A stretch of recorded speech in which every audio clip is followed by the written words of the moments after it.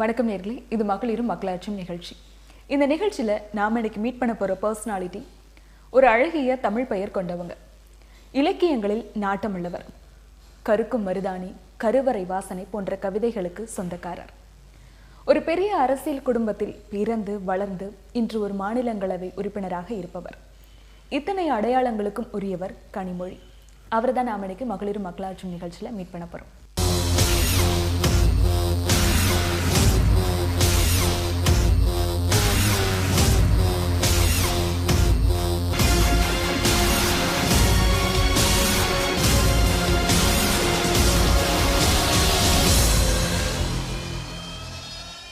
வணக்கம் மேம். வணக்கம். கனிமொழியை பற்றி அறிமுகப்படுத்தும் போது ஒரு கவிஞர், இலக்கியங்களில் நாட்டமுள்ளவர், மாநிலங்களவை உறுப்பினர், திமுக தலைவர் கருணாநிதி அவர்களின் மகள், இப்படி இத்தனை அடையாளங்கள் இருக்கு. இதில் உங்களுக்கு மிகவும் பிடிச்ச அடையாளம் எது? எனக்கு பிடிச்சதுன்னா நானா இருக்கிறது தான். நம்ம கவிதை எழுதுறதோ இல்லைன்னா மாநிலங்களவை உறுப்பினராக இருக்கிறதோ அரசியல்வாதியாக இருக்கிறதோ அது நம்ம இல்லையா.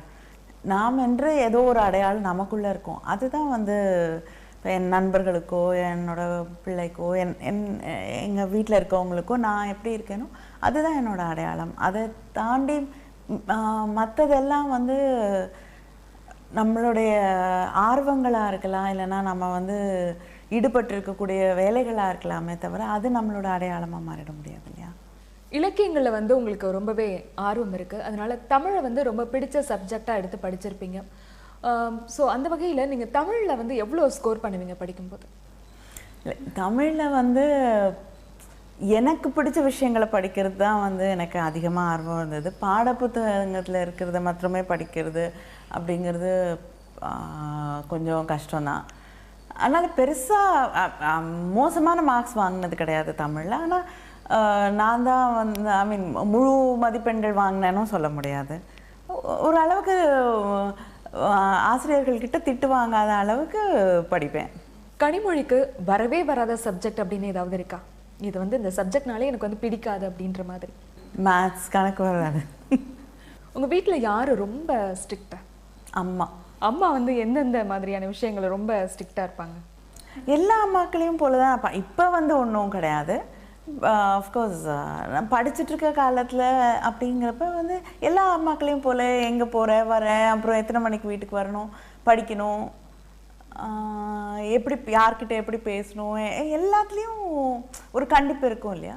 அது இருந்தது அம்மா கிட்ட. ஒரு சராசரியான அம்மா எப்படி இருப்பாங்களோ அந்த போல தான் இருந்தது. அப்போ ஒரு சராசரி மகளாக தான் நீங்களும் வளர்ந்தேன் அப்படின்றீங்க. நீங்கள் எழுதின முதல் கவிதை எது? அதோட ஃபீட்பேக் உங்களுக்கு எப்படி இருந்தது? முதல் கவிதை அது கவிதையெல்லாம் தெரியாது. ஆனால் பள்ளிக்கூடத்தில் படித்தப்போ எழுதினேன். ஆசிரியர்கள்கிட்ட மற்ற ஃப்ரெண்ட்ஸ் கிட்ட எல்லாமே ஒரு கவிதை யாரோ எழுதுறாங்கன்னாலே யாரும் நல்லா இல்லைன்னு சொல்ல மாட்டாங்க, நல்லா இருக்குன்னு தான் சொல்லுவாங்க. ஸோ அந்த பாராட்டு அது நிஜமான பாராட்டா இல்லைன்னா என் மனசை வருத்தப்படக்கூட வைக்கக்கூடாதுங்கிறதுக்காக சொன்னதான் தெரியாது. பட் நிச்சயமாக நல்லா இருந்தது. அப்பா கிட்ட காட்டினப்பையும் நல்லா இருக்குன்னு சொன்னாங்க. நீங்கள் எழுதின கவிதைகளில் ஏதாவது 2 வரிகள் சொல்ல முடியுமா? இல்லை, வேண்டாம். சரி, உங்கள் அப்பா கதை வசனம் எழுதிய திரைப்படங்களில் உங்களுக்கு ரொம்ப பிடிச்ச படம் எது? பராசக்தி. பராசக்தி படம் அப்படிங்கும்போது சிவாஜி கணேசன் பேசக்கூடிய வசனம் ரொம்ப பிரபலம். அந்த வசனத்தை நிறைய பேர் ஒரு அந்த பெரிய வசனத்தை அந்த கோர்ட்ல நடிச்சு பார்ப்பாங்க, சொல்லி நடிச்சு பார்ப்பாங்க, மனப்பாடமா சொல்லுவாங்க. அந்த மாதிரி உங்க அப்பா எழுதின வசனங்கள்ல நீங்க நடிச்சு காமிச்சிருக்கீங்களா உங்க அப்பா முன்னாடி?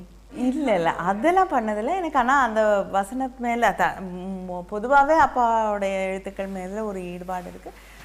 முக்கியமாக அவங்களோட திரைப்பட வசனங்கள், பராசக்தி வசனங்கள் வேறு, மற்ற படங்களில் ஒவ்வொரு படத்துக்கும் வித்தியாசங்கள் இருந்திருக்கு.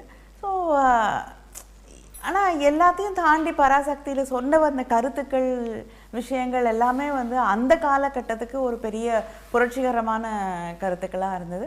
அந்த விதத்தில் அது எனக்கு ரொம்ப ஒரு ஈடுபாடு இருக்கக்கூடிய ஒன்று. நான் மனப்பாடம் பண்ணி அப்பாட்ட சொல்லி காட்டணும்னுலாம் தோணுதில்லை. ஆனால் நிறைய பேர் சொல்கிறத கேட்டிருக்கேன் நான். உங்கள் அப்பா மாதிரி கதை எழுதணும், வசனம் எழுதணும் அப்படின்னு திரைத்துறையில் உங்களுக்கு ஆர்வம் இருந்ததுண்டா? இல்லைங்க, எனக்கு திரைப்படங்கள்லாம் எனக்கு பார்க்க பிடிக்கும். தமிழ் படங்கள் மட்டும் இல்லை, உலக சினிமாவையும் பார்க்குறதுல ஆர்வம் இருக்குது. ஆனால் அந்த திரை உலகத்துக்குள்ளே போய் அதில் நானும் வேலை செய்யணுங்கிற விருப்பம் பெருசாக இருந்ததில்லை. திமுக தலைவரா திரு கருணாநிதி அவர்களை எல்லாருக்கும் தெரியும். ஆனால் ஒரு அப்பாவா அவர் வீட்டில் எப்படி? நல்லா பேசிகிட்டு இருப்பாங்க. நீங்கள் எதை பற்றியும் ஒரு ஆரோக்கியமான விவாதத்துக்கு தயாராக இருப்பாங்க. எந்த விஷயம் பல விஷயங்களை அப்பாட்ட பேசலாம். அண்ட் புஸ்தகங்கள் 2 பேருக்குமே பிடிச்சதுனால சின்ன வயசுலேருந்தே அவங்க படிக்கிற புஸ்தகங்கள் இல்லைன்னா நான் படிச்சுட்டு இருக்கிறதா பார்த்தா இதை படி அப்படின்னு, இந்த எழுத்தாளரை படி அப்படின்ற சில விஷயங்கள் சொல்லுவாங்க. அப்பா பெரிய கண்டிப்பான ஒரு அப்பாவாக இருந்ததில்லை. சின்ன வயசுல இருந்தே அரசியல் களம், அரசியல் சூழ்நிலை இப்படியே வளர்ந்துப்பீங்க. அதனால அரசியல் பற்றி பேசும்போது ஐயோ போர் அப்படின்னு நினைப்பீங்களா, இல்லை அப்பவே உங்களுக்கு அந்த ஆர்வம் உண்டா? இல்லை, அரசியல் போருன்னெல்லாம் நான் நினச்சது கிடையாது. பொதுவாக நம்மளை சுற்றி நடக்கிற விஷயங்களில் எப்போயுமே ஒரு ஈடுபாடு இருந்திருக்கு. வீட்டில் இப்போ திமுக ஓட்டின அரசியல் விவாதங்கள் அதுதான் அதிகமாக இருந்திருக்கும். பட் மற்ற விஷயங்களையும் தெரிஞ்சுக்கணும் அப்படிங்கிற ஆர்வம் எப்பயுமே இருந்திருக்கு.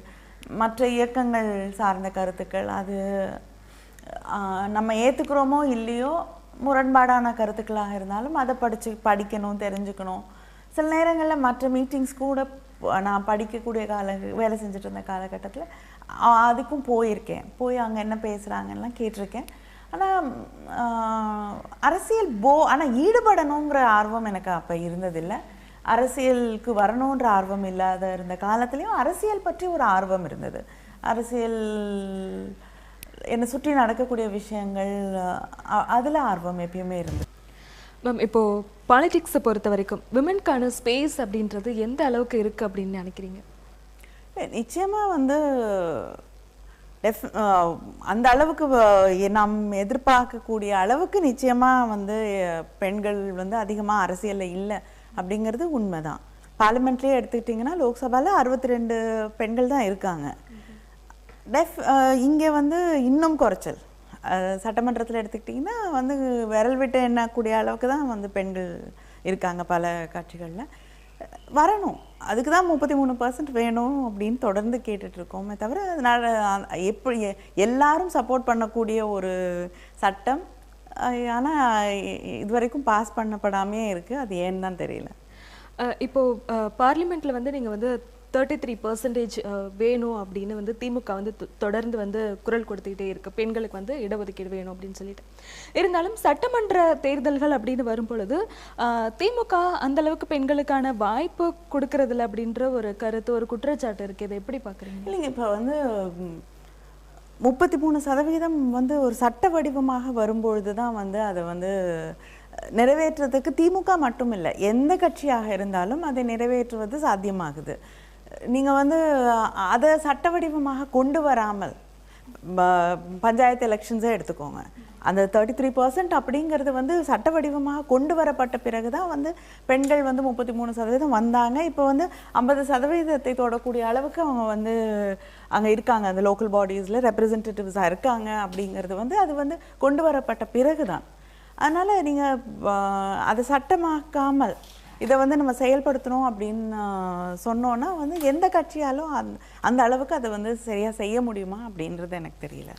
இப்போ அதே போல் பெண்களுக்கு வாய்ப்பு கொடுத்தாலும் கூட அப்படி வாய்ப்பு கிடைச்ச பெண்கள் அதிகாரத்தை பதவியை தாங்கள் எடுத்துக்கிட்டு அதிகாரத்தை முழுவதும் தன்னுடைய கணவனுக்கோ இல்லை தனக்கு பின்னால் இருக்கக்கூடிய ஆண்களுக்கோ தான் கொடுத்துட்றாங்க, தன்னுடைய குடும்பம் சார்ந்த ஆண்களுக்கோ தான் கொடுத்துட்றாங்க. அவங்க முழுவதுமாகவே செயல்பட மாட்டேங்கிறாங்க அப்படின்ற ஒரு கருத்தும் இருக்கு. இதை அவங்களே முழுவதும் அதிகாரம் பெற்ற அந்த பெண்களை ஆளணும் அப்படிங்கிற ஒரு நிலை வரணும் அப்படின்னா அதுக்கான வழிமுறைகள் ஏதாவது இருக்கா? இல்லை, இப்போ சில நேரங்களில் நீங்கள் சொல்கிற குற்றச்சாட்டு உண்மை. பெண்கள் பதவிக்கு வரும்பொழுது அவங்க அந்த பதவியை மாத்திரம் வச்சுட்டு அதிகாரத்தை மற்றவங்ககிட்ட கொடுத்துட்றாங்கங்கிறது சில இடங்களில் நடக்க தான் செய்யுது. ஆனால் இப்போ கொஞ்சம் கொஞ்ச நாளில் அந்த நிலை மாறுது. அவங்க தன்னுடைய பதவியும் பொறுப்பையும் புரிந்து கொள்ளும் பொழுது கொஞ்சம் கொஞ்சமாக அந்த நிலை மாறுது. மாறி அவங்க தன்னுடைய பொறுப்புகளை உணர்ந்து தான் செய்ய வேண்டிய கடமைகளை அவங்க செய்ய ஆரம்பிச்சிடுறாங்க. பல இடங்களில் 2வது முறை இந்த 33 பெண்களுக்காக ஒதுக்கப்பட்ட இடங்களை தாண்டி பெண்கள் நின்று வெற்றி பெற்றக்கூடிய இடங்கள் இருக்குது. அதனால் வந்து நீங்கள் சொல்கிற மாதிரி எல்லா பெண்களும் அப்படி இருக்கிறது இல்லை. அதோடு இல்லாமல் கொஞ்ச நாளில் இப்போ வந்த புதுசில் வேணால் வந்து அவங்க வந்து யாருக்காவது கட்டுப்பட்டு செயல்பட்டு கொண்டு இருக்கலாம். கொஞ்ச நாளில் வந்து தன்னுடைய அதிகாரத்தையும் தன்னுடைய பொறுப்புகளையும் அவர்கள் உணரும்போது நிச்சயமாக சுயமாக சுதந்திரமாக செயல்பட தொடங்குறாங்க. First let us give them an opportunity. அந்த ஆப்பர்ச்சுனிட்டியே வரதில்லைல்ல. ஸோ அதை வந்து ஒரு குற்றச்சாட்டாக மாற்றி அதையும் நாம் நிறுத்துறதை விட அவங்களுக்கு வந்து ஒரு வாய்ப்பை கொடுத்து அதுக்கப்புறம் அவங்க பழகிட்டு அதை வந்து அந்த அதிகாரத்தை சரியாக பயன்படுத்தக்கூடிய நிலை வரும்போது செயல்படுறாங்களே. அதே போல் வந்துட்டு இப்போது அரசியல் பின்னணி கொண்ட பெண்கள் மட்டும்தான் அரசியலில் கால் பதிக்க முடியுது, நிலைக்க முடியுது அப்படின்ற ஒரு கருத்தும் பரவலாக இருக்குது. இதை வந்து எப்படி பார்க்குறீங்க? இல்லைங்க, எல்லாருமே வந்து அப்படி கிடையாது. இப்போ பல பேர் வந்து அரசியல் பின்னணி இல்லாமல் பெண்கள் வந்து அரசியலுக்கு வந்து நிச்சயமாக வந்து தொடர்ந்து நீடித்திருக்கிறார்கள். பல இடங்களில் வந்து நம்ம கண்கூட பார்த்துட்டு தான் இருக்கோம். அதனால் சில பேர் அரசியல் வந்து அரசியல் பின்னணியிலேருந்து வரக்கூடிய பெண்கள் மட்டும்னு சொல்ல முடியாது. பல ஆண்களும் அரசியல் பின்னணியிலேருந்து வராங்க. அவங்கள வந்து அதை வந்து நோக்கி அதை ஒரு விமர்சனமாக நம்ம மாற்றுறதில்ல. நான் பெண்கள் வரும்பொழுது எல்லாத்தையும் பெண்கள் மேலே ஒரு விமர்சனமாக மாற்றும்பொழுது இதையும் வந்து அப்படி தான் நம்ம பார்க்க வேண்டியிருக்கு. ஆனால் அரசியல் பின்னணியே இல்லாமல் எத்தனையோ பெண்கள் இருக்காங்க இல்லையா? அதே போல் இப்போது வாக்குகள் அப்படின்னு வரும்பொழுது இப்போது ஆண்களுக்கு நிகராக தான் பெண்களும் வந்துட்டு வாக்காளர்களாக இருக்காங்க, ஓட் பண்ணுறாங்க. ஆனால் இப்போது வந்து பதவி ஆட்சி அப்படின்னு வரும்பொழுது ஆண்களுக்கு இருக்கக்கூடிய அந்த ஒரு ஈக்குவாலிட்டி வந்து பெண்களுக்கு வந்து எல்லா ஃபீல்ட்ஸ்லையுமே அப்படி தான் இருக்குது. இப்போ வந்துட்டு நீங்கள் ஜேர்னலிசமே எடுத்துக்கோங்க. இப்போ சில வருஷத்துக்கு முன்னாடி ரிப்போர்ட்டிங்கில் நீங்கள் பெண்களை பார்க்கவே முடியாது. ரிப்போர்ட்டிங்கில் ஏதாவது ஒரு பெண்ணை பார்த்தீங்கன்னா அது ஒரு பெரிய விஷயமா இருக்கும். அவங்க வந்து நைட் வெளியில் போகிறதோ வரதோ அதெல்லாமே வந்து ஒரு பெரிய பிரச்சனையாக இருக்கும். நான் ஒர்க் பண்ணிகிட்டு இருந்த காலத்தில் வந்து எனக்கு முன்னாடி இருந்த ஜெனரேஷனில் இருந்த பெண்களை பற்றி பேசும்பொழுது அது பெரிய ஒரு கதை மாதிரி, ஒரு அட்வென்ச்சர் ஸ்டோரி மாதிரி சொல்லுவாங்க. ஆனால் இப்போ வந்து பார்த்தீங்கன்னா நீங்கள் எல்லா ஊடகங்கள்லேயும் தொலைக்காட்சியாக இருக்கட்டும், வந்து பிரிண்ட் மீடியாவாக இருக்கட்டும், நிறைய பெண்கள் வர ஆரம்பிச்சிட்டாங்க. அது ரொம்ப சாதாரண ஒரு விஷயமா மாறிடுச்சு. ஸோ எல்லா ஒரு எந்த துறையாக எடுத்துக்கிட்டிங்களோ, மருத்துவத்துறையாக இருக்கட்டும், எதுவாக இருந்தாலும் முதல்ல பெண்கள் வரும்பொழுது அவங்களுக்கு பல பிரச்சனைகள் இருக்கத்தான் செய்யுது. ஏன்னா இது வந்து கிட்டத்தட்ட ஆண்கள் உலகமாக தான் இருந்தது. அதில் வந்து ஒவ்வொரு துறைக்குள்ளும் பெண்கள் வரும்பொழுது அவர்களுக்கான பல பிரச்சனைகள் இருக்குது. அவங்கள ஏற்றுக்கிறதுல பல பிரச்சனைகள் இருக்குது. பெண்களும் பல விஷயங்களுக்காக போராடி அந்த துறையில் தன்னை நிலைநிறுத்திக்க வேண்டிய அவசியம் இருக்குது. அது மாதிரி தான் அரசியல்னு வரும்போது இன்னும் ஸ்ட்ரகிள்ஸ் இன்னும் ஜாஸ்தி இருக்குது. ஏன்னா it's a centre of power. நீங்கள் முடிவுகளை எடுக்கக்கூடிய, இந்த நாட்டை பற்றிய முடிவுகளை, சட்டங்களை ஏற்றக்கூடிய ஒரு இடமா அது இருக்கிறதுனால இன்னும் பெண்கள் வரும்பொழுது ஒரு ரெசிஸ்டன்ஸ் ஜாஸ்தி இருக்குது. வரக்கூடாதுங்கிற ஒரு எண்ணம் பல பேருக்கு ஜாஸ்தி இருக்குது. பெண்கள் வந்து சட்டங்கள் ஏற்றுவது, பெண்கள் வந்து முடிவுகளை எடுப்பது அப்படிங்கிறது வந்து பல பேருக்கு அதை ஏற்றுக்கொள்ள முடியாத, ஜீரணிக்க முடியாத விஷயமா இன்றைக்கும் இருக்குது. அப்படி இருக்க போகக்கூடிய ஒரு சூழலில் வந்து பெண்கள் வரணும். ஏன்னா சரிசமமாக பெண்கள் இருக்கக்கூடிய ஒரு சூழலில் வந்து சட்டங்கள் ஏற்றும் பொழுது வந்து பாதி பேரை விட்டுட்டு முடிவுகள் எடுக்கிறத நம்ம ஏற்றுக்க முடியாது. இன்னும் அதிகமாக பெண்கள் வரணும், அந்த முடிவுகளில் அவங்க வந்து பங்கேற்கணும், அவங்களோட கருத்துக்கள் கேட்கப்படணும். ஆனால் it is a struggle. We have to continue to struggle. Okay, நீங்கள் சொன்ன மாதிரி வந்து ஜேர்னலிசம் எடுத்துக்கிட்டாலும் சரி, பாலிடிக்ஸ் எடுத்துக்கிட்டாலும் சரி, பெண்கள் வந்து நிறைய பேர் வராங்க. அவங்களுக்கான அந்த வாய்ப்புன்றதை இப்போது கொடுக்குறாங்க. இருந்தாலுமே அவங்களுக்கு அந்த உரிய அங்கீகாரம், அந்த வாய்ப்பு கிடைச்சாலும் உரிய அங்கீகாரம்ன்றது கிடைக்குதா அப்படின்றத நம்ம பார்க்க வேண்டியிருக்கு. அதே போல் அவங்க வந்து இரண்டாம் தரமாக தான் அவங்க வந்து இருக்காங்க. அதே போல் அவங்கள வந்து முன்னிலைப்படுத்துறதில்ல அப்படின்றதே நம்ம வந்து பெரும்பாலும் வந்து அனுபவங்களே நம்ம வந்து பார்க்க முடியுது. இதை வந்து எப்படி பார்க்குறீங்க? இல்லை, இப்போ பெண்களுக்கு நீங்கள் எந்த ஃபீல்டாக இருந்தாலுமே வந்து ஒரு பெண் வந்து ஆணை விட 10 தடவை அதிகமாக இன்டெலிஜென்ட்டாகவும் புத்திசாலியாகவும் ஒரு ஆணை விட வந்து இன்னும் அதிக திறமையோடு இருந்தால் தான் வந்து ஒரு ஆணுக்கு சமமானவளாகவே பாவிக்கப்படுறா. எனக்கு தெரிஞ்ச ஒரு பெண் அரசியல்வாதி சொன்னது வந்து, முன்னாடி அவங்க பேசும் பொழுது ஒரு 10 பேர் இருக்கும் பொழுது தன்னுடைய கருத்துக்களை அவர்கள் எடுத்து வைக்கும் பொழுது அவங்க பேசுகிறது யார் காதுலையுமே விழாது. தான் சொல்லக்கூடிய அதே கருத்துக்களை இன்னொரு ஆண் சொல்லும் பொழுது, தன்னுடைய கருத்துக்களை அதை எடுத்துட்டு அவங்க சொல்லும் பொழுது அதை வந்து எல்லாரும் ஆஹா ஓஹோன்னு பாராட்டி ஏற்றுப்பாங்க. ஆனால் அதே வந்து இவர்கள் ஒரு நல்லா சிந்திக்கக்கூடிய தெளிவாக இருக்கக்கூடிய கொள்கை பிடிப்புள்ள ஒரு அரசியல்வாதி தன் கருத்துக்களை சொல்லும்பொழுது கேட்கக்கூட அங்கே இருக்கக்கூடியவர்கள் தயாராக இருப்பதில்லை. அவங்களோட கருத்துக்கள் என்னென்னு காதில் கூட அவங்க வாங்கிக்கிறது. இதுதான் உண்மை. ஸோ இப்படிப்பட்ட ஒரு சூழலில் தான் வந்து பெண்கள் போராடி வர வேண்டியிருக்கு. எல்லா இடத்துலையும் இந்த ஸ்ட்ரகிள்ஸ் இருக்க தான் சரி. இப்போ நீங்கள் ஜேர்னலிசமே எடுத்துக்கோங்க. முதல்ல வந்து பெண்கள் எழுதும்போது பெண்கள் இதை தான் எழுதணும், பெண்களால் இதுக்கு தான் ரிப்போர்ட் பண்ண முடியும், ஃபீச்சர்ஸ் தான் பெண்கள் எழுத முடியும் அப்படிங்கிற ஒரு சூழல் தான் இருந்தது. இன்றைக்கி தான் வந்து ஹார்ட் நியூஸ் வந்து பெண்கள் வந்து கையாள முடியுங்கிற ஒரு நம்பிக்கை வர ஆரம்பிச்சிருக்கு. ஒரு ஆங்கராக பெண்கள் வர ஆரம்பிச்சிருக்கிறது சமீப காலங்களில் தான். ஏன்னா அவங்களுடைய கருத்துக்கள் வந்து அந்த அளவுக்கு வந்து முக்கியமாக வந்து பாவிக்கப்படலை. அதுதான் உண்மை. அந்த மாதிரி தான் வந்து அரசியல்லையும் நிச்சயமாக பெண்களுக்கான அங்கீகாரம் கிடைக்கவில்லை, கிடைக்க வேண்டும். பெண்கள் வந்து ஆணுக்கு சமமாக வந்து பார்க்கப்படுவதில்லைங்கிறதா உண்மை. வெகு சில வெகு 1-2 கை விரல் விட்டு எண்ணக்கூடிய அரசியல் தலைவர்கள் தான் பெண்கள் வந்து ஒரு கட்சியாலேயோ ஒரு இயக்கத்தாலேயோ மரியாதையோடு பார்க்கப்படுகிறார்கள். இன்னும் வந்து அவங்க போக வேண்டிய தூரம் ரொம்ப தூரம் இருக்குது.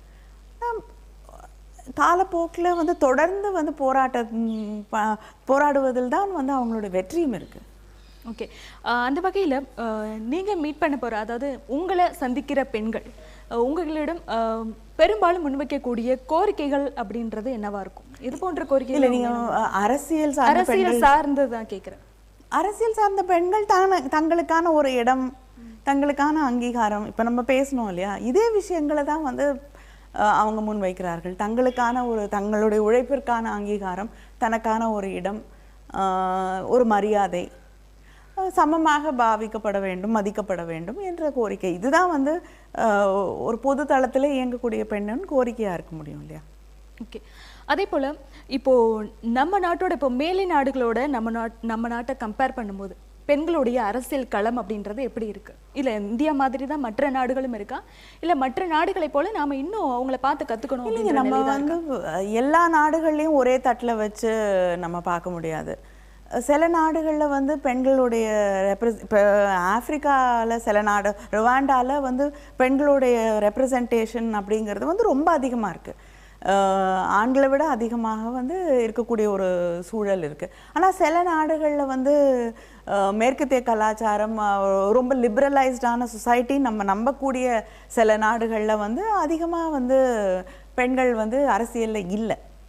ஸோ எல்லா ஊர்கள்லேயும் சில நாடுகளில் வந்து பெண்களே அரசியலில் இல்லை, பார்லிமெண்ட்லேயோ ஒரு முடிவெடுக்கக்கூடிய அரசியல் இடங்கள்லையோ பெண்களே இல்லை அப்படிங்கிற சூழல் கூட இருக்குது. ஸோ நம்ம வந்து எதையும் கம்பேர் பண்ணி வந்து இந்தியா மேலே இருக்கா கீழே இருக்கான்னு நம்ம பார்க்க வேண்டிய அவசியத்தை விட டெஃபினட்டாக இங்கே வந்து நிச்சயமாக நம்ம வந்து பெண்களுக்கு அரசியலில் இன்னும் இடம் தர வேண்டும், பெண்கள் வர வேண்டும் அரசியலுக்குள், அவங்களுக்கு வந்து உரிய இடத்தை நம்ம கொடுக்கணுங்கிறது வந்து மிக முக்கியம். அதுக்கு மிக முக்கியமான ஒரு விஷயம், இந்த 33% பெண்களுக்கான இடஒதுக்கீடு செய்து தரப்பட வேண்டும், சட்ட வடிவமாக அது மாற்றப்பட வேண்டும். அப்போ தான் வந்து இன்னும் அதிகமாக பெண்கள் வரக்கூடிய வாய்ப்புகள் கிடைக்கும். சரி, இப்போ இடஒதுக்கீடு கிடைச்சி பெண்களுக்கு அதிகமாக வாய்ப்பு வருகிற பட்சத்தில் என்ன மாதிரியான மாற்றங்கள் சொசைட்டியில் வரும் அப்படின்னு நினைக்கிறீங்க? இப்போ நீங்கள் பஞ்சாயத்து லெவல்லே எடுத்துட்டிங்கன்னா வந்து பெண்கள் கவுன்சிலர், பெண்கள் வந்து அதிகாரத்தில் இருக்கக்கூடிய இடங்களில் வந்து இப்போ தண்ணிக்கு வாட்டர் ப்ராஜெக்ட்ஸ், தண்ணிக்கான அந்த தேவையை சரி செய்வதற்காக இருக்கக்கூடிய அந்த திட்டங்கள் வந்து அதிகமாக, கிட்டத்தட்ட ஆண்களை விட 62% அதிகமாக வந்து பெண்கள் வந்து அதை செயல்படுத்தியிருக்காங்க அப்படிங்கிறது. ஆண்கள் பார்க்காத பல இடங்களில் வந்து குழந்தைகளுக்கான பாதுகாப்பு வந்து பெண்கள் அதிகாரத்தில் இருக்கக்கூடிய இடங்களில் வந்து அதிகமாக இருக்குது அப்படின்னு சில சர்வே ஸ்டடீஸ் சொல்லுது. ஸோ நான் வந்து இப்போ ஆண்கள் பார்க்காத சில துறைகள் இருக்குது, பார்க்காத சில விஷயங்கள் இருக்குது, இதை வந்து பெண்கள் பார்க்கிறார்கள். ஆனால் அதனால் வந்து இப்போ வந்து நான் ஸ்டீரியோ டைப் பண்ணணும்னு சொல்லலை. இப்போ பெண் வந்து இது பெண்ணால் மட்டும்தான் இதை செய்ய முடியும், ஆணால் மட்டும்தான் இதை செய்ய முடியும். அதிகாரத்துக்குன்னு வந்துட்டு ஆண் பெண் அப்படிங்கிற வித்தியாசத்தை நம்ம பார்க்க முடியாது. ஆனால் பல விஷயங்கள் இப்போ பெண்களுக்கான சட்டங்கள் கொண்டு வரப்படும்பொழுது கூட வந்து ஆண்கள் தான் அந்த சட்டங்களை நிறைவேற்றுகிறார்கள், அதை பற்றி பேசுகிறார்கள், பார்லிமெண்ட்டில் வந்து விவாதிக்கிறது வந்து பெரும்பாலும் ஆண்களாகத்தானே இருக்குது. அவங்களுடைய முடிவுகள், அவங்க எடுக்கக்கூடிய முடிவுகளில் தான் பெண்களுடைய வாழ்க்கையை நிர்ணயிக்கப்படுது. ஸோ இது வந்து மாறும். ஆமா, நம்ம வாய்ப்பு பெற இடத்துல தான் நம்ம இருக்கோம். நிச்சயமா அதை வந்து முடிவு செய்யக்கூடிய இடத்துல நம்ம சமமாக வந்து இல்லை. ஒரு சட்டம் இயற்றப்படும் போது அது ஆணையும் பாதிக்குது, பெண்ணையும் பாதிக்குது. ஆனால் வந்து அது ஆண்கள் எடுக்கக்கூடிய முடிவாக தான் இருக்கே தவிர வந்து அது பெண்களும் வந்து சரிசமமாக வந்து அங்கே வந்து அந்த முடிவில் பங்கேற்கக்கூடிய இடத்துல நம்ம இன்னும் இல்லை. ஸோ அது வரணும். உங்களுக்குள் இருக்கக்கூடிய அரசியல்வாதியை நீங்க எப்போ அடையாளம் கண்டுக்கிட்டீங்க? இல்லைங்க, நான் வந்து அரசியலுக்கு வரணும் அப்படிங்கிற ஒரு எண்ணத்தோட செயல்பட்டது கிடையாது. பட் எல்லாருக்குள்ளேயும் ஒரு பாலிடிக்ஸ் இருக்குது, ஒரு ஐடியாலஜி இருக்குது, நம்ம நம்பக்கூடிய விஷயங்கள் அப்படிங்கிறது இருக்குது. நான் நம்பின விஷயங்கள், என்னுடைய அரசியல் அப்படிங்கிறது வந்து அது பெரியார் சத்தில் தான் துவங்குதுன்னு நான் நினைக்கிறேன். அந்த கொள்கைகள் அடிப்படையில் வரக்கூடிய திராவிட இயக்கத்தின் கொள்கைகள் வந்து எனக்கு வந்து அதிகமான ஈடுபாடு இருக்கக்கூடிய ஒரு அரசியலாக இருந்தது. அது வந்து எனக்குள்ளே எப்பயுமே இருந்தது. ஒவ்வொருத்தருக்குள்ளேயும் வந்து ஒரு ஏதோ ஒரு பொலிட்டிக்கல் லீனிங் இருக்குது இல்லையா, ஒரு சார்புத்தன்மை இருக்க தான் செய்யுது. நம்ம அரசியலில் இருக்கோமோ இல்லையோ, இல்லைனா வெறும் ஓட்டு போட்டுட்டு வீட்டுக்கு வந்துடுறோமோ இருந்தாலும் ஏதோ ஒரு சார்பு இருக்குது. ஸோ எனக்கு வந்து அரசியல் தெரிஞ்சுக்கணும் அப்படிங்கிற ஆர்வம் இருந்தது. நான் எதை சார்ந்திருக்கேங்கிறத பற்றி ஒரு தெளிவு இருக்கணுங்கிற ஒரு ஆர்வம் இருந்ததே தவிர வந்து அரசியலுக்குள்ளே நேராக வரணும் அப்படிங்கிற ஒரு இது இல்லை. அப்புறம் அரசியலுக்கு வந்த பொழுது நான் வந்து எனக்கு எந்த அரசியல் தத்துவத்தில் கருத்துக்களில் அதிகமாக ஈடுபாடு இருந்தோ அந்த கட்சிக்குள்ளே தான் நான் வந்து செயல்பட்டு கொண்டிருக்கேன். அரசியலில் நுழையும் போது உங்கள் அப்பா உங்களுக்கு சொன்ன அறிவுரைகள் என்னென்ன? அப்பா வந்து தலைவர் வந்து இப்போது ரொம்ப அறிவுரையெல்லாம் சொல்லி இப்படி தான் இருக்கணும் அப்படி தான் இருக்கணும். சில நேரங்களில் வந்து இதை இப்படி செய்யணும் அப்படின்னு நம்ம அவங்கக்கிட்ட கருத்து கேட்கும் பொழுது சொல்லுவாங்க. ஆனால் வந்து இதுதான் உன்னோட வழி அப்படிங்கிறது, இப்படி தான் போகணும் அப்படிங்கிற அறிவுரைகள்லாம் வந்து சொல்ல மாட்டாங்க. வந்து உங்களுக்கு அங்கேயும் ஃப்ரீடம் இருந்தது அப்படின்னு சொல்கிறீங்க? இல்லை, ஆனால் இப்போ கட்சி அப்படிங்கிறப்ப நீங்கள் வந்து பார்லிமெண்ட்டில் பேசுகிறதுக்கு முன்னாடியோ எதுவாக இருந்தாலும் வந்து அவங்களுடைய ஒப்பீனியன், அவங்களோட கருத்துக்கள் என்ன அப்படின்னு கேட்டுட்டு தான் யாராக இருந்தாலுமே செயல்படுறோம். ஸோ அந்த அதற்கான ஒரு விதி வந்து கட்சிக்குள்ளே இருக்குது. ஆனால் அதை தாண்டி வந்து தனிப்பட்ட முறையில் வந்து எதுவும் இன்டர்வியூ பண்ண மாட்டாங்க. முதலில் மேடையில் பேசிய அரசியல் அனுபவம் உங்களுக்கு எப்படி இருந்தது? நிச்சயமாக நான் வந்து அதிகமாக மேடைகளில் அதுக்கு முன்னாடி கூட வந்து எழுதிட்டு இருந்தாலுமே நான் அதிகமாக மேடைகளில் வந்து பேசினது கிடையாது. எனக்கு பேச்சு கேட்குறதுக்கு, நல்லா பேசுகிறவங்களோட பேச்சுக்களை கேட்குறதுக்கு ஆர்வம் இருக்குமே தவிர நான் மேடையில் போய் பேசணுங்கிற ஆர்வம் எப்பயும் இருந்ததில்லை. முதல்ல பேச வேண்டிய ஒரு சூழல் வந்தப்போ நிச்சயமாக பயமாக தான் இருந்தது. ஒரு நான் ரொம்ப பேசணும் அப்படிங்கிற ஆர்வத்தோடு போய் பேசக்கூடிய ஒரு ஆள் இல்லாமல் தான் இருந்தேன். ஸோ அதற்கான ஒரு ஒரு சின்ன பயம் இருந்தது. போக போக அது நிச்சயமாக சரியாயிடுச்சு. பார்லிமெண்ட்டில் நீங்கள் ஃபர்ஸ்ட் டைமாக பேசும்போது ஹவு டிட் யூ ஃபீல்? முதல்ல பார்லிமெண்ட்டில் பேசுகிறப்ப வந்து ஆஃப்கோர்ஸ் அந்த நியூக்ளியர் டீல் பற்றி தான் பேசினேன். நான் அப்போ புதுசாக இருந்தது அப்படிங்கிறதுனால வந்து நான் பேசக்கூடிய அந்த நேரத்தை வந்து கிட்டத்தட்ட சபை முடியக்கூடிய அந்த டிஸ்கஷன் முடிகிற நேரம் ஆயிட்டதுனால எல்லாருமே அந்த சபையில் எல்லாரும் இருந்தாங்க. பிரதமர்லேருந்து எல்லாருமே, ஏன்னா முடிய போகிற நேரம், அந்த டிஸ்கஷனுக்கு வந்து ஒரு முடியக்கூடிய நேரம் வந்துட்டதுனால எல்லாருமே இருந்தாங்க. ஸோ ஒரு ஃபுல் ஹவுஸ்னு சொல்லக்கூடிய இதுவாக இருந்தது.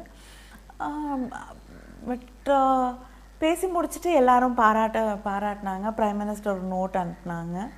மற்றவர்களும் பாராட்டினார்கள். எதிர்கட்சியில் இருக்கக்கூடியவர்கள் கூட நீ பேசின கருத்துக்களை நாங்கள் ஏற்றுக்கலைன்னா கூட உன்னோட பேச்சை நல்லா இருந்ததுன்னு பாராட்டினாங்க. அது வேறு ஒரு சூழலாக இருந்தது.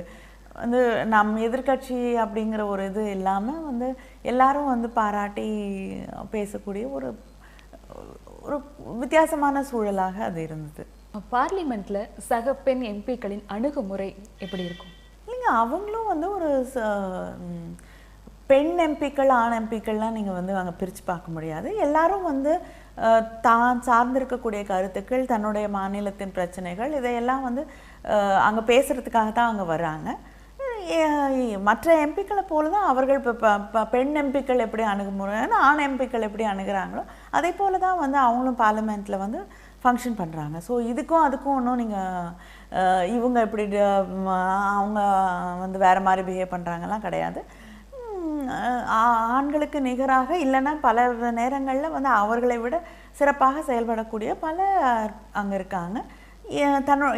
எதை பற்றி பேசினாலும் அதை சீரியஸாக எடுத்துட்டு சரியாக வந்து அதற்கான ஆராய்ச்சிகளையும் அதற்கான ஆய்வுகளையும் செய்து தன்னை தயார்படுத்தி கொண்டு வந்து மக்களுடைய பிரச்சனைகளை உண்மையான அக்கறையோடு பேசக்கூடியவர்களாக இருக்காங்க. அரசியலில் கால் பதித்தது முதல் இன்று வரை உங்களுக்கு மறக்க முடியாத நிகழ்வு அப்படின்னா நீங்க எதை சொல்வீங்க? நான் அரசியலில் வந்து வர்றதுக்கு முன்னாடி என்ன தலைவரை வந்து நள்ளிரவில் கைது செய்தது தான் வந்து என்னால் மறக்கவே முடியாத ஒரு சம்பவம். அப்படி வந்து ஒரு அரசியல் காழ்ப்புணர்ச்சி இந்த அளவுக்கு போக முடியுமாங்கிறது வந்து எனக்கு இன்னைக்கும் ஜீரணிக்க முடியாத ஒன்றாகத்தான் அது இருக்குது.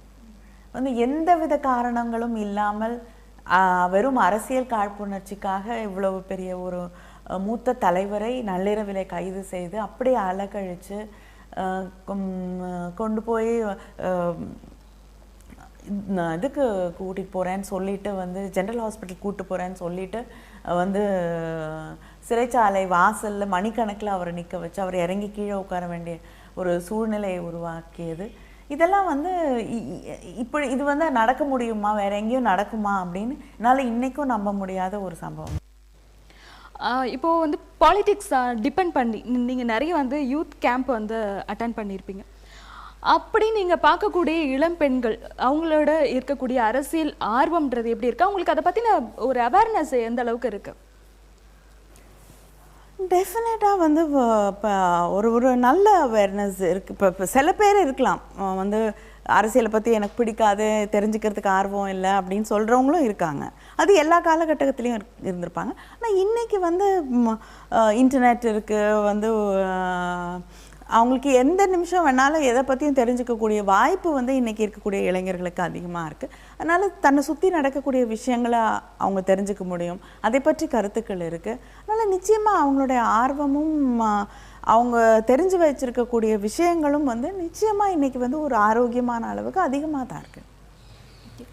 அப்போ பொதுவாக வந்து மாவட்ட செயலாளர்கள் அப்படின்ற அந்த பொறுப்பு வரும் பொழுது அதில் வந்து பெண்களோட பங்கு அப்படின்றது அங்கே கிடையவே கிடையாது. ஸோ இதுக்கு வந்து நீங்கள் உங்களோட தரப்புலேருந்து எது போன்ற நடவடிக்கைகள்லாம் மற்ற கட்சிகளில் கம்பேர் பண்ணிங்கன்னா திராவிட முன்னேற்ற கழகத்தில் பெண்கள் மாவட்ட செயலாளர்களாக இருந்திருக்காங்க. பல இயக்கங்களில் அதற்கான வாய்ப்பே இல்லாமல் இருக்குது. அதுதான் வந்து உண்மை. அப்படி தன்னை அதற்கு தயார்படுத்தி கொண்டு வரக்கூடிய பெண்கள் நிச்சயமாக வர வேண்டும். அந்த வகையில் உங்களுக்கு இப்போ பொதுவாக அரசியல் பெண்கள் அப்படின்னு பேசும் பொழுது உங்களுக்கு பிடிச்ச அரசியல் பெண்மணி அப்படின்னா யார்? அது வந்து இந்தியாவாக இருக்கலாம், இல்லது வேறு நாடாக கூட இருக்கலாம். இல்லை, எனக்கு இப்போ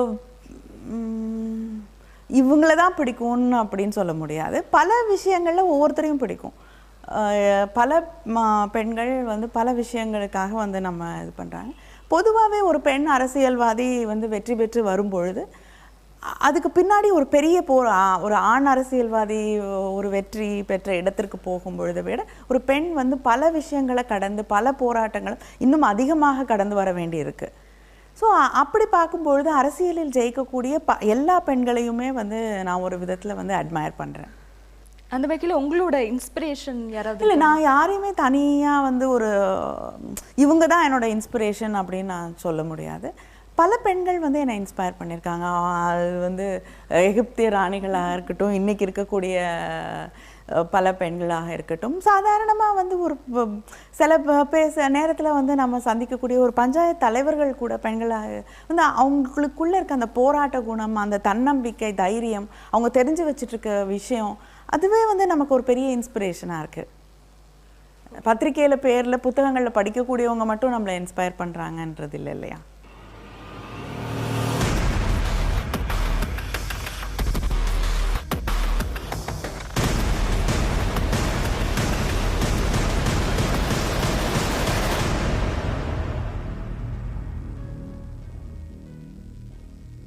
மேம், சமூகத்தில் பெண்களுக்கு இருக்கக்கூடிய முக்கிய பிரச்சனையாக நீங்கள் எதை பார்க்குறீங்க? பெண்களை வந்து சரிசமமாக நடத்தாததே வந்து அடிப்படையில் பெண்களுக்கு இருக்கக்கூடிய அத்தனை பிரச்சனைகளுக்கும் முக்கியமான காரணம்னு நான் நினைக்கிறேன். வந்து அந்த ஜெண்டர் ஈக்குவாலிட்டி அப்படிங்கிறது இருந்தாலே பெண்களுடைய முக்காவாசி பிரச்சனைகள் தீர்ந்து போயிடும். படிக்கக்கூடிய வாய்ப்புகள் சமமாக கிடைக்கும், சரியாக மதிக்கப்படுவார்கள், அடிப்படையில் ரைட் டு குட் ஹெல்த் கூட வந்து பெண்களுக்கு கிடையாது. எல்லா வித பிரச்சனைகளுக்கான அடிப்படை இதுவே வந்து பெண்கள் சரிசமமாக நடத்தப்படாமல் இருப்பது தான். இப்போ மிஸ்ஸிங் மில்லியன்ஸ் சொல்கிறோம் நம்ம வந்து. பெண்கள் வந்து கருவிலேயே கலைக்கப்படுவதற்காக வந்து பெண் குழந்தை அப்படின்னா வந்து அது வேண்டாத ஒன்று, நமக்கு ஒரு பிரச்சனையான ஒன்று அப்படின்னு இந்த சமூகம் பார்க்குது.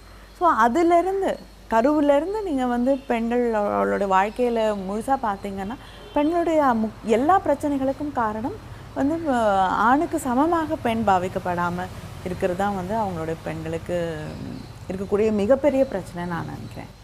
ஆணுக்கு சரிசமமாக வந்து பெண் வரணும், பெண்களுக்கு வந்து வாய்ப்பு கொடுக்கணும் அப்படின்னு சொல்லிட்டு நம்ம எல்லாருமே வந்து அங்கங்கே வந்து குரல் கொடுக்குறோம்.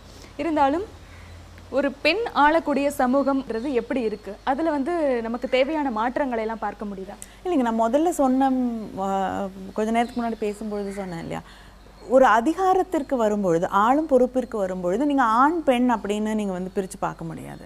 அந்த பொறுப்பில் இருக்கக்கூடியவர் யாராக இருந்தாலும் தான் ஆளக்கூடிய அந்த இடத்திற்கு வந்து நேர்மையானவர்களாகவும் மக்களுக்கு வந்து எது நல்லதோ அதை செய்யக்கூடியவர்களாகவும் இருக்கணும். அதனால் ஒரு ஆண் ஆளும்பொழுது வந்து அதுக்கு வேறு மதிப்பீடுகளை வச்சு நம்ம பார்க்கறதும், பெண் ஆளும்பொழுது வேறு மதிப்பீடுகளை வச்சு பார்க்குறதும், ஒரு பெண் இப்படி தான் ஆட்சி செய்ய வேண்டும் என்று நாம் வந்து நினைக்கிறதும் தவறு. அதனால் நம்ம ஆண் பெண் அப்படிங்கிற வித்தியாசத்தை பார்க்க முடியாது. அங்கே வந்து முதல்வராகவோ பிரதமராகவோ இருக்கக்கூடியவர்கள் எந்த அளவுக்கு செயல்படுகிறார்கள், அவங்களுடைய செயல்பாடுகள் எப்படி இருக்குது அப்படிங்கிறது தான் வந்து நம்ம வந்து அவங்க மேலே வைக்கக்கூடிய பாராட்டுகளாகவும் விமர்சனங்களாகவும் இருக்க முடியும். ஓகே, இப்போது கட்சிக்கு அப்பாற்பட்டு ஒரு சராசரி பெண்ணா இப்போ இருக்கக்கூடிய ஆட்சியை நீங்கள் எப்படி பார்க்குறீங்க? உங்களோட பார்வையில் இந்த ஆட்சி அப்படின்றது எப்படி இருக்குது? இந்த ஆட்சியை வந்து யாராலையும் ஏற்றுக்கொள்ள முடியாத ஒரு, நான் வந்து திராவிட முன்னேற்ற கழகத்தை சார்ந்தவள் என்ற ஒரு அடிப்படையிலேருந்து நான் சொல்லவில்லை, அந்த விமர்சனத்தை நான் வைக்கல. வந்து மக்களுக்கு வந்து எந்தவித நன்மையும் செய்யாத ஒரு ஆட்சி இது. நீங்கள் வந்து எந்த புதிய தொழில்களையும் கொண்டு வராத ஆட்சி, பொருளாதார கொள்கை இல்லாத ஒரு ஆட்சி, பொருளாதாரத்தில் தமிழ்நாட்டை வந்து வளர்ச்சி பாதைக்கு அழைச்சிட்டு போகலன்னா கூட பரவாயில்ல, கிட்டத்தட்ட கீழே அதல பாதாளத்துக்கு தள்ளி இருக்கக்கூடிய ஆட்சி, வேலை வாய்ப்புகள் வந்து உருவாக்கி தராத ஒரு ஆட்சி, மின்சார தட்டுப்பாடை பற்றி கவலையப்படாத ஒரு ஆட்சி, மக்களை பற்றி கவலைப்படாத, முதல்வரை சந்திக்கவே முடியாத ஒரு ஆட்சி. இப்படிப்பட்ட ஒரு ஆட்சியை வந்து நீங்கள் எப்படி ஏற்றுக்க முடியும்? இப்படி அடுக்கிட்டே போகலாம். விவசாயிகளுக்கு எதிராக செயல்படக்கூடிய ஆட்சி, எந்த தரப்பு மக்கள் போராடினாலும், அது மாற்றுத்திறனாளிகளாக இருக்கட்டும், இல்லை அரசு ஊழியர்களாக இருக்கட்டும், விவசாயிகளாக இருக்கட்டும், அவங்கள அழைச்சி குறைஞ்சபட்சம் ஒரு பேச்சுவார்த்தை கூட நடத்துவதற்கு இந்த ஆட்சியிலே யாரும் தயாராக இல்லை. அதிகாரிகளாக இருக்கட்டும், அமைச்சர்களாக இருக்கட்டும், முதலமைச்சராக இருக்கட்டும், யாருமே வந்து குறைஞ்சபட்சம் ஒரு ஜனநாயகத்தில் போராடக்கூடியவர்களை அழைச்சி அவங்களோட பேசுவாங்க. அந்த பிரச்சனைகளுக்கு என்ன தீர்வு காண்பது என்பது பற்றி விவாதிக்கப்படும். அதை கூட செய்ய முன்வராத ஒரு ஆட்சியை வந்து நம்ம எப்படி ஏற்றுக்க முடியும்? ஓகே, இப்போ அடுத்த வரக்கூடிய சட்டமன்ற தேர்தலில் திமுக ஜெயிச்சது அப்படின்னா பெண்களுக்கு எது போன்ற வாய்ப்புகள் கொடுக்கப்படும், எந்தெந்த விதத்தில் அந்த வாய்ப்புகள்ன்றது அளிக்கப்படும்? இல்லை, நிச்சயமாக வந்து திராவிட முன்னேற்ற கழக ஆட்சி வந்து பெண்கள் முன்னேற்றத்திற்கு, இப்போ பெண்கள் சுய உதவி குழுக்களை உருவாக்கியது திராவிட முன்னேற்ற கழக ஆட்சி 89 வந்து தலைவர் கலைஞர் அவர்கள் தான். அது மட்டும் இல்லாமல் பெண் கல்விக்கு முக்கியத்துவம் தருவதற்காகத்தான் பெண்களுக்கு திருமண உதவி திட்டம் என்பதே வந்து கொண்டு வந்தது. அவங்க வந்து முதல்ல 8வது படிச்சிருந்தா அவங்களுக்கு வந்து 5000 ரூபாய் 10,000 ரூபாய் திருமண உதவி திட்டம் தொகை தரப்பட்டது. அப்புறம் இப்போ வந்து 10வது படித்திருந்தால் அவங்களுக்கு 25,000 ரூபாய் திருமண உதவி தொகை தரப்படுவது வந்து திருமணத்திற்காக மட்டும் இல்லை. அந்த பெண்கள் குறைந்தபட்சம் 10வது, ஏன்னா கிராமப்புறங்களில் நமக்கு தெரியும் பெண்களை படிக்க வைக்கிறதுல அதிகமாக ஆர்வம் இருப்பதில்லை. பல குடும்பங்களில் ஒரு பொருளாதார சிக்கல் வரும்பொழுது பெண்களுடைய படிப்பு தான் முதல்ல தடை செய்யப்படுது. ஸோ ஸோ அந்த தடையை நீக்க வேண்டும் என்பதற்காகத்தான் வந்து குறைஞ்சபட்சம் அவங்க 10வது படிக்க வேண்டும் என்ற ஒரு இது அந்த திட்டமே கொண்டு வந்தது பெண்களுடைய கல்விக்காகத்தான். அது மட்டும் இல்லாமல் ஏழை பெண்கள் வந்து பட்டப்படிப்பு படிக்க வேண்டும் என்றால் இலவசமாக அந்த கல்வி அவர்களுக்கு படிக்கக்கூடிய வாய்ப்பை உருவாக்கி தந்ததும் திராவிட முன்னேற்ற கழக ஆட்சியிலே தான். இது போல் வந்து பெண்களுக்கு சொத்தில் சம உரிமை. அதனால் பல திட்டங்கள் வந்து பெண்களுடைய முன்னேற்றத்திற்கும் எம்பவர்மெண்ட் ஆஃப் விமன் அப்படின்னு நீங்கள் எடுத்துக்கிட்டிங்கன்னா அது வந்து திராவிட முன்னேற்ற கழக ஆட்சியில் பல திட்டங்கள் கொண்டு வரப்பட்டது, சட்ட வடிவங்கள் கொண்டு வரப்பட்டிருக்கு. நிச்சயமாக அது தொடரும். நான் வந்து இப்போ தேர்தல் அறிக்கையில் இருக்கக்கூடிய எல்லா விஷயங்களையும் உங்ககிட்ட பேசிகிட்டு இருக்க முடியாது. ஆனால் பொதுவாகவே திராவிட முன்னேற்ற கழக ஆட்சியில் வந்து பெண்களுக்கான ஒரு எம்பவர்மெண்ட், பெண்களுக்கு இன்னும் அதிகாரம் வருவதற்கான விஷயங்களை வந்து தொடர்ந்து இந்த கட்சி செயல்படுத்தி கொண்டு தான் வருகிறது. இப்போ அரசியலில் கால் பதிக்க நினைக்கிற பெண்களுக்கு நீங்கள் சொல்ல விரும்பக்கூடிய கருத்து என்ன? வாங்க, முதல்ல வந்து வரணும், பெண்கள் வந்து அரசியலுக்குள்ளே வரணும். எல்லா இடங்கள்லையும் இருக்கக்கூடிய போராட்டங்கள் தான் இங்கேயும் இருக்குது. அதனால் எதுவாக இருந்தாலும் தைரியமாக வந்து அவங்க வந்து இங்கே செயல்பட வேண்டும். இப்படி ஆகிடுமோ அப்படி ஆகிடுமோன்னு சில விஷயங்கள் வந்து இன்னும் அதிகமாக இருக்குது. இங்கே வந்து சில பிரச்சனைகள், கேரக்டர் அசாசினேஷன் இது கொஞ்சம் ஜாஸ்தி தான். ஆனால் அதுக்கெல்லாம் வந்து பயந்துட்டு பெண்கள் ஒதுங்கி போகிறத விட்டுட்டு அவங்க வந்து இங்கே அரசியலில் வந்து எனக்குன்னு இது ஒரு இடம், இது என்னுடைய இடம் அப்படிங்கிற அந்த தைரியத்தோடும் தன்னம்பிக்கையோடும் வந்து அவங்க போராடி they have to claim their space வரணும். இப்போது நீங்கள் ஒரு மாநிலங்களவையின் ஒரு உறுப்பினர். வரும் காலங்களில் கனிமொழி அவர்களின் அடையாளம் என்னவாக இருக்கும்? இல்லை அடுத்த கட்ட இலக்கு அப்படின்னு உங்களுக்கு ஏதாவது இருக்கா? இல்லை, எனக்கு வந்து இப்போ எதிர்காலத்தை வந்து இப்படி தான் இருக்கணும்னு திட்டமிடுறதுலலாம் ஒன்றும் பெரிய நம்பிக்கை கிடையாது. என்னுடைய வேலைகள், எனக்கு கொடுக்கப்பட்டிருக்கக்கூடிய வேலைகள், இப்போ வந்து மாநிலங்களவை உறுப்பினராக இருக்கேன், வந்து திராவிட முன்னேற்ற கழகத்தின் மகளிர் அணியிலையும் ஒரு பொறுப்பில் இருக்கேன். வந்து இப்போ கொடுத்துருக்கக்கூடிய வேலையை வந்து நான் சரியாக செய்யணும். மகளிர் அணியை வந்து இன்னும் சிறப்பாக செயல்பட வைக்க வேண்டும் அப்படிங்கிறது தான் வந்து எண்ணமாக இருக்கே தவிர வந்து நாளைக்கு நான் என்னவாகணும் அப்படிங்கிறத பற்றிலாம் நான் வந்து திட்டமிடுவதையும் நான் விரும்புவதில்லை. ஓகே மேம், எனவே இவ்வளோ நேரம் எங்கள் கூட டைம் ஸ்பெண்ட் பண்ணதுக்கு தேங்க்ஸ் டு யூ. தேங்க்யூ. நேர்களே, மீண்டும் ஒரு மகளிரும் மக்களாட்சியும் நிகழ்ச்சியில் வேறொரு விருந்தினருடன் சந்திக்கலாம். நன்றி.